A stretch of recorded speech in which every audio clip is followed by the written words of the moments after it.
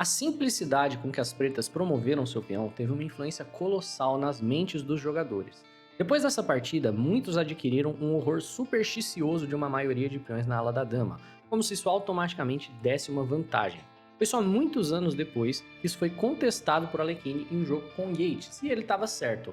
Cada posição deve ser abordada concretamente. É isso que Kasparov tem a dizer sobre a partida que nós vamos analisar hoje. E aí, pessoal, tudo bem com vocês? Eu espero que vocês estejam maravilhosamente bem e hoje eu lhes trago uma partida clássica. É muito importante o estudo dessa partida porque ela nos ensina alguns conceitos a respeito de estrutura de peões que são muito interessantes, principalmente falando em finais de jogo. E essa foi uma partida que acabou mudando o rumo do xadrez durante um bom tempo. Claro que eu estou falando da partida entre Frank Marshall contra Capablanca, jogada em 1909. Então, vamos lá. O Marshall começa com o peão em D4, Capablanca responde com o peão D5, e nós temos um gambito da dama. Aqui, o Capablanca joga peão em E6, cavalo em C3 e, de maneira um pouco não característica, Capablanca joga peão em C5, que é a defesa Tarrashi. Não vemos tanto essa defesa porque, se o jogador de brancas quiser, ele pode dar às pretas um peão isolado. Então a ideia seria algo como peão de C toma peão de D5 e quando você toma de volta, você tá meio fadado a ficar com esse peão da casa de D5 isolado pelo restante da partida. As brancas em algum momento vão poder capturar o peão da casa de C5, não é interessante fazê-lo de maneira imediata, porque se C por D5, o jogador de pretas vai na verdade avançar o peão para a casa de D4 e esse peão, por mais que ele seja isolado, vai desdesenvolver o cavalo e vai levar uma posição na verdade muito desconfortável para as brancas jogarem. Eu, inclusive, aconselho vocês a jogar Tarrashi justamente porque a maior parte dos amadores não saberiam lidar com essa posição aqui, que é uma posição comum. Mas um jogador de nível de mestre, ele vai manter essa tensão porque ele sabe que em algum momento ele vai poder capturar quando o avanço estiver muito bem controlado, e se em qualquer momento você capturar, não muda o fato de que o peão de D5 vai ficar isolado. E a vantagem seria que, por mais que seja um peão isolado, é um peão no centro que você vai ter, o seu adversário não.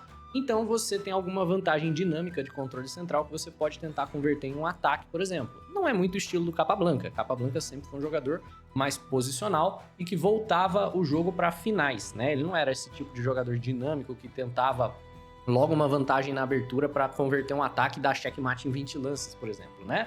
Mas vamos lá, apesar da surpresa, o jogo fica muito interessante por conta disso. Temos cavalo em F3 por parte do Marshall, cavalo em C6 por parte do Capablanca e peão em G6, que é um lance muito interessante de desenvolvimento por parte das brancas, que já percebem que o seu alvo ao longo dessa partida vai ser, é claro, o peão da casa de D5, que vai ficar isolado, então faz muito mais sentido eu fianquetar esse bispo para que ele fique mirando o peão de D5. E aqui o Capablanca já demonstra que não está muito acostumado a jogar com esse tipo de estrutura, joga um lance muito estranho, bispo em E6. Esse lance não é muito bom, para te falar a verdade, porque o bispo ele fica muito preso aqui, ele virou um peãozinho de chapéu, né? Ele tá aqui entre os peões como se fosse outro peão. E, bem, o mais interessante nesse tipo de estrutura, é claro, é você tentar jogar de maneira ativa. Então, o cavalo em F6, tentar colocar esse cavalo na casa de E4, tentar avançar o peão para a casa de C4 para forçar o adversário até que jogar B3, se ele quiser deixar você com o peão de D5 isolado. Bispo em E6 aqui é um lance bem estranho por parte do Capablanca.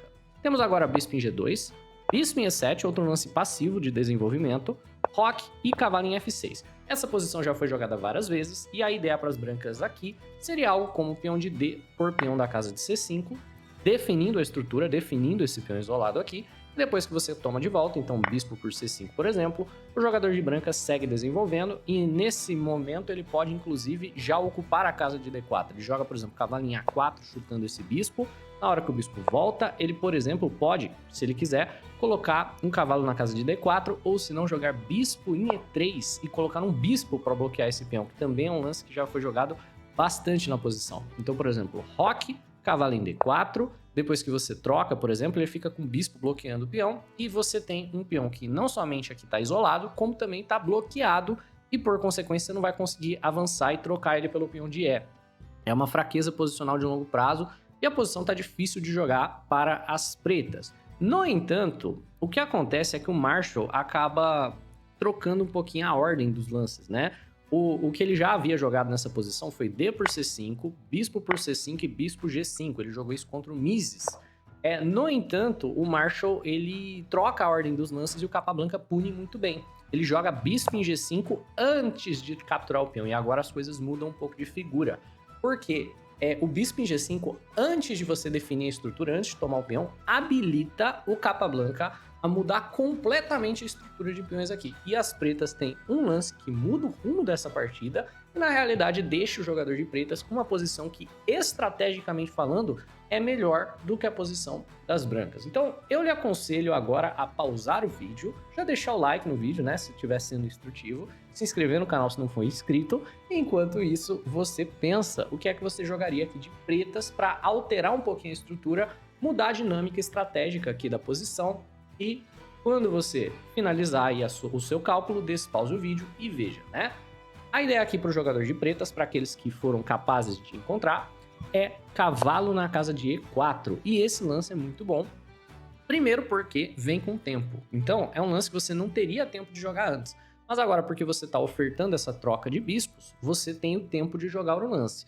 Bispo por E7, dama por E7. E o jogador de brancas não tem tempo de capturar o peão da casa de C5. Nessa posição, por exemplo, digamos que ele captura o peão de C5 para te dar um peão isolado. Você vai seguir com um lance muito interessante, que é cavalo por cavalo na casa de C3. Então você não vai ser o único jogador que está jogando com peão isolado. Ele também vai jogar com danos na estrutura de peões. Então ele não tem mais uma posição que estrategicamente é superior. Na verdade, os dois jogadores aqui estão jogando com problemas posicionais. Mas o seu peão isolado, pelo menos, é um peão central. O peão isolado dele não é, né? O peão isolado dele tá aqui na casa de C e é um alvo muito mais fácil de atacar do que esse peão de D, que pelo menos é um peão da dama, né? Que tá no centro do tabuleiro controlando casas importantes no centro.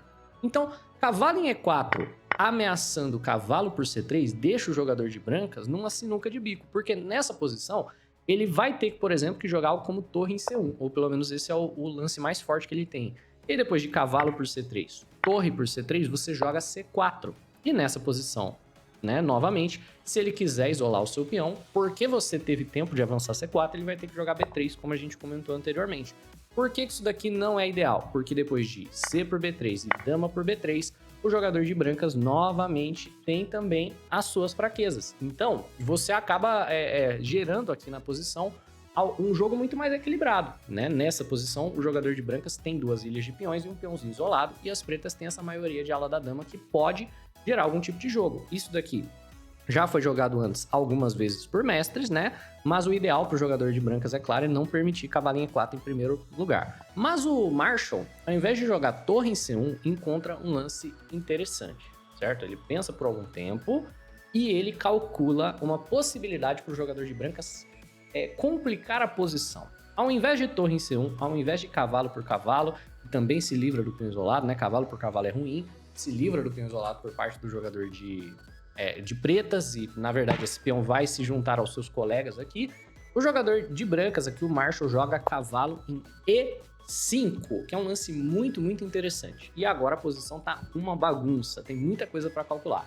Então vamos lá, tá tudo se atacando, né? Existe tensão central, então existe aqui uma tensão entre os peões, existe tensão entre os cavalos que estão se atacando, existe tensão entre esses cavalos que estão se atacando e existe também tensão entre o bispo que está atacando o cavalo. Então, nessa posição, você precisa calcular todas as capturas possíveis e como elas afetam a estrutura. Então, ó, você sempre vê todas as capturas.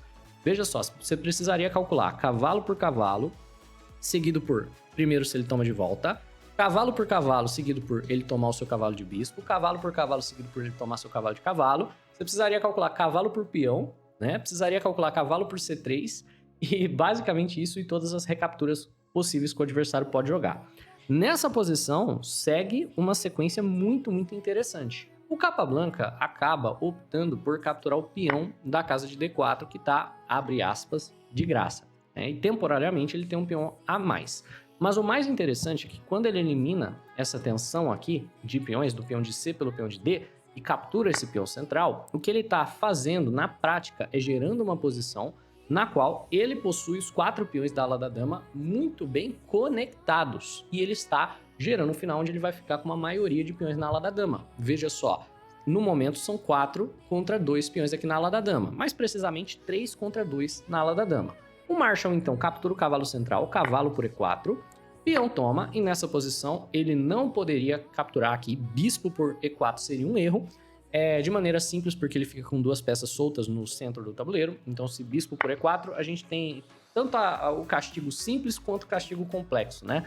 O castigo simples seria bispo em H3. Resolve, né? O cavalo fica pendurado, a qualidade fica pendurada também. O computador, ele vê algo que a análise humana não viu, né? A análise humana vê bispo em H3 como sendo a punição. O computador vê roque longo como um belíssimo lance intermediário, ameaçando o cavalo em F3 cheque, ganha a dama do adversário. E você colocar esse lance intermediário é muito importante, porque agora a dama tem que sair, e no momento que a dama sai, ela acaba deixando de guardar o peão da casa de E2. Nessa posição, o melhor lance para o nosso adversário seria o lance dama na casa de A4, por exemplo, porque algo como dama em 1, que ainda se mantém guardando o peão de E2, vai prender a torre, né? Então o bispo em H3 vem com muita força. Então a ideia seria algo como dama em A4, e depois desse belo intermediário, você captura o peão de E2, seguido somente então por aquela ideia de bispo em H3, né? E se rei em G2, você pode jogar agora a torre D4, e aí você tem um ataque duplo na dama e no bispo. Mas isso daí é o tipo de lance que, bem, a análise humana não vê, né? O tipo de sequência que talvez o Fischer veria, não é muito no estilo do Capablanca, por assim dizer. E o Marshall, obviamente, né? Bispo por E4, bispo em H3, uma sequenciazinha de apenas 2 lances. Obviamente o Marshall não caiu nessa. Ao invés disso, ele joga E3 chutando o cavalo. E o Capablanca pode, é claro, voltar o cavalo e tentar manter esse peão extra, mas ele prefere entregar o peão para manter a estrutura de peões dele saudável, né? Algo como cavalo em C6 seria ruim, porque depois de cavalo por C6 e B por C6, a estrutura de peões na ala da dama fica debilitada e certamente esse material será perdido no longo prazo. Por consequência, o Capablanca apenas dá um cheque de cavalo na casa de F3, forçando a troca dos cavalos e entregando o material de volta. Então, depois de cavalo por F3, peão por F3 e dama por F3, nós temos essa posição, que é um final de jogo, que veio do 15º lance. Então, vamos lá. Foi uma sequenciazinha de lances bem interessante, né? Então, do bispo G5 até agora, nós tivemos o quê? 6 lances que mudaram completamente o jogo. Nessa posição, pretas são os jogadores que estão jogando em desvantagem pelo peão isolado no centro do tabuleiro, o peão que vai ficar isolado. E aí, depois de algumas trocas muito bem executadas, a gente chega naquela posição. Então, por exemplo, o cavalinho E4 aqui, e essa sequência de trocas no centro do tabuleiro que altera completamente a estrutura, nos leva a essa posição resultante, na qual nós possuímos 3 peões contra 2 na ala da dama. O que isso significa? Isso significa que conforme nós conseguirmos avançar esses peões, nós vamos gerar um peão passado. Aí você se pergunta, mas o nosso adversário também tem uma maioria estrutural, ele possui 4 peões contra 3 na ala do rei. Qual que é a questão? A questão é que o oponente não pode simplesmente sair avançando os peões na frente do rei dele sem acabar expondo o próprio rei. E por consequência, não é um plano viável para o jogador de brancas avançar a própria maioria, mas absolutamente é um plano viável para as pretas avançarem essa maioria, tentar gerar um peão passado e com esse peão passado tentar converter uma vitória. Nessa posição, o Capablanca acha um lance muito bonito, ele simplesmente faz o roque, entregando o peão da casa de B7, porque se dama por peão da casa de B7, nós teríamos uma troca de damas, depois torre B8 recuperando o peão, porque o peão de B2 está caindo, e nessa posição as pretas estão melhores porque já geraram, é claro, o seu peão passado. Além do fato de ter uma torre infiltrada na segunda, né, tirando o fato de que a gente já tem uma torre infiltrada, o peão de A está sob ameaça, também temos o fato de que o peão de C agora já se tornou um peão passado, que está a 4 casas da promoção e muito provavelmente vai ser convertido em uma dama em poucos lances, né? Então, ele simplesmente sacrifica o peão de B7, o Marshall não toma, ao invés disso ele joga torre em C1, ameaçando o peão de C e torre em B8, agora saindo daquela ideia de dama por B7. Dama em E4 por parte das brancas vem cravando o bispo de E6, e a ideia do jogador de brancas aqui seria bispo em H3. Para quê? Para gerar uma estrutura de peões debilitada. Então, se nessa posição você jogar algo como, digamos, B6, o adversário pode jogar bispo em H3, e o objetivo dele vai ser trocar tudo aqui na casa de E6 para te deixar com o peão isolado e você ter que se preocupar com essa fraqueza e não ter como avançar a sua maioria de peões. Então, depois de dama em E4, dama em C7, só sai da cravada de boas, torre na casa de C3 por parte das brancas, e vamos lá. Quando você tem uma maioria de peões, a ideia é simples, você quer avançar esses peões.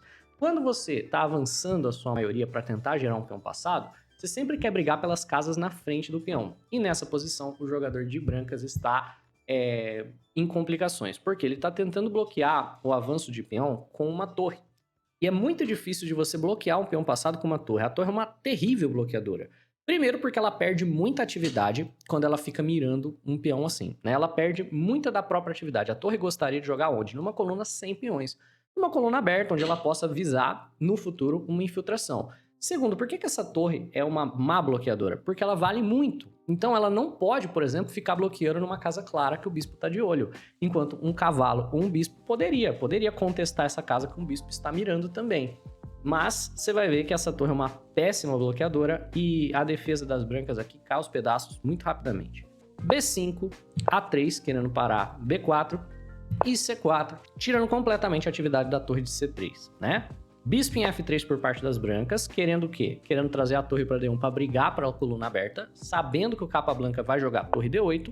Então, dito e feito, torre D1, temos a troca de torres e agora a torre em D8 ameaçando o bispo que volta para a casa de F3. G6 por parte do capa branca, apenas gerando o respiro para o rei. Não era um lance necessário, mas né, um bom hábito de qualquer forma. E dama em C6 ofertando a troca de damas. Nessa posição, quanto mais peças são trocadas, mais fácil fica do peão promover. Por exemplo, aqui, digamos que o capa branca apenas troque damas, né? Então, nós temos dama por C6, bispo por C6 e algo como bispo em H3 ameaçando o checkmate. Nessa posição, o adversário vai ter que ou voltar a torre, né, para defender o checkmate, ou movimentar o peão de F, e qualquer um dos dois vai permitir a torre entrando na casa de D2, né? Então, qualquer um desses lances permite uma infiltração. Então, digamos, torre em C1, nós jogamos algo como, por exemplo, A6 para não perder o peão de B, ele joga bispo em B ameaçando o peão de A gente infiltra, temos mais ou menos essa troca aqui, e dá para ver, assim, visualmente, o quão melhor a posição das pretas está. Por quê? A torre infiltrada, a maioria de peões, o rei que não pode se ativar. É um final simplesmente melhor para o jogador de pretas em todos os sentidos, em todos os aspectos. Não importa muito que as brancas façam. Por quê? Por conta da estrutura. No final de jogo, a maioria de ala da dama realmente é uma grande vantagem na maior parte dos casos. O capa branca poderia trocar damas aqui, mas se ele troca damas nessa casa, o adversário teria aquela atividade do bispo mirando o peão, ele teria que perder tempo com A6, alguma coisa do gênero. Então ele joga dama em E5, ameaçando aquele mesmo ataque brutal, bispo em H3, torre infiltrando, só que dessa vez tendo a dama. Então o adversário volta a dama para a casa de E4 para trocar. E na prática, o que acontece é que depois dessa troca de damas, o capa branca apenas trocou damas nos próprios termos, né? Ele trocou dama na casa que ele queria trocar, para que o adversário não tivesse o tempinho do bispo ameaçando o peão de B5, e levaria uma posição onde talvez a gente tivesse que jogar A6, que é uma breve perda de tempo. Mas enfim, torre cheque, rei G2, A5. Muito bom. A maioria está simplesmente avançando com muita simplicidade. Torre em C2 por parte das brancas, já sabendo que o B4 ia chutar a torre daquela casa de qualquer jeito. A torre é uma terrível bloqueadora, ao mesmo tempo que também ficando de olho aqui na casa de D2, né? Vem o B4, A por B4, A por B4, bispo em F3 ameaça a torre, que vai para a casa de B1. Nós temos agora bispo em E2 por parte das brancas, ameaçando vencer o peão da casa de C4, e nessa posição muita coisa vence, mas o capa branca opta por um lance aqui mais inteligente, B3, tirando a torre dessa casa. Então, depois do lance peão em B3, a torre ela não pode ficar ainda ameaçando o peão da casa de C3, porque se a torre se mantém aqui, por exemplo, na casa de C3, vai cair o peão da casa de B2 com tempo no bispo, né? Então, depois de bispo por C4, torre por C4, por exemplo, esse peão vai promover. Então, torre C2, a gente avança e as pretas têm uma posição onde o peão tá para promover praticamente, né? Muito difícil de jogar isso daqui de brancas. Então, capa branca joga B3 e o Marshall não joga torre C3, não vai para aquela ideia. Ao invés disso, ele joga torre na casa de D2. E agora, o capa branca joga torre em C1. E a ameaça, é claro, nessa posição, é jogar torre C2, forçar a troca que levaria uma promoção. Então, bispo em D1 para ficar de olho no torre C2 e C3. Esse lance é muito, muito forte, né? Por que o C3 ganha? Ele ganha porque, obviamente, é forçada a captura. E agora, B2. E a torre, ela tem dois trabalhos muito importantes. Ou ela defende o bispo, ou ela defende o peão. É claro, ela vai ter que defender a promoção, porque você não pode defender o bispo e permitir a coroação. Então, torre por B2. E bispo C2 também não funciona, né? Porque torre por bispo. E aí o peão promove. Então, bispo em C2 parece que guarda tudo, mas não guarda. Então, por exemplo, torre por B2, torre por D1, e nessa posição agora é mera conversão, né? Nós temos mais alguns lances aqui de esperneio por parte das brancas, mas no momento que você perde uma peça inteira, né, e você está jogando contra um grande mestre, não somente um grande mestre, como um dos maiores jogadores da história, você pode ter certeza que ele vai conseguir converter. Então o bispo ameaça a torre sai. Nós temos mais alguns lancezinhos assim de esperneio, até que eventualmente o jogador de brancas acaba perdendo peões demais e abandonando, né? Eu não vou me delongar na análise do esperneio, mas basicamente as brancas abandonam porque havia uma ameaça aqui de checkmate com o bispo em G2. Então o jogador de brancas abandona. O que a gente aprende com essa partida e por que ela foi tão importante na história do xadrez? A gente aprende que depois daquela mudança estrutural, esse tipo de final de maioria de peões de ala da dama é simplesmente superior para o jogador que o possui. Então, durante mais ou menos 10 anos, todas as aberturas e defesas que levam ao jogador de brancas, pretas, ficar com uma minoria de ala da dama, deixaram de ser jogados, até que a gente teve uma partida histórica na qual o Alexander Alekhine venceu com uma minoria de peões e provou que, na verdade, isso daqui não é uma regra geral e que cada posição deve ser analisada de maneira separada. Se você quer aprender o que é que dá para você fazer quando você está jogando, por exemplo, com 2 contra 3, ao invés de um 3 contra 2, é só você pesquisar o meu vídeo sobre ataque das minorias, que é o plano que foi introduzido aí ao xadrez como uma maneira de você desprovar essa ideia de que uma maioria, apenas por ser uma maioria, é superior se levar em conta outros fatores aí do xadrez. Bem, pessoal, por hoje é só. Eu fico por aqui. Um abraço e até a próxima.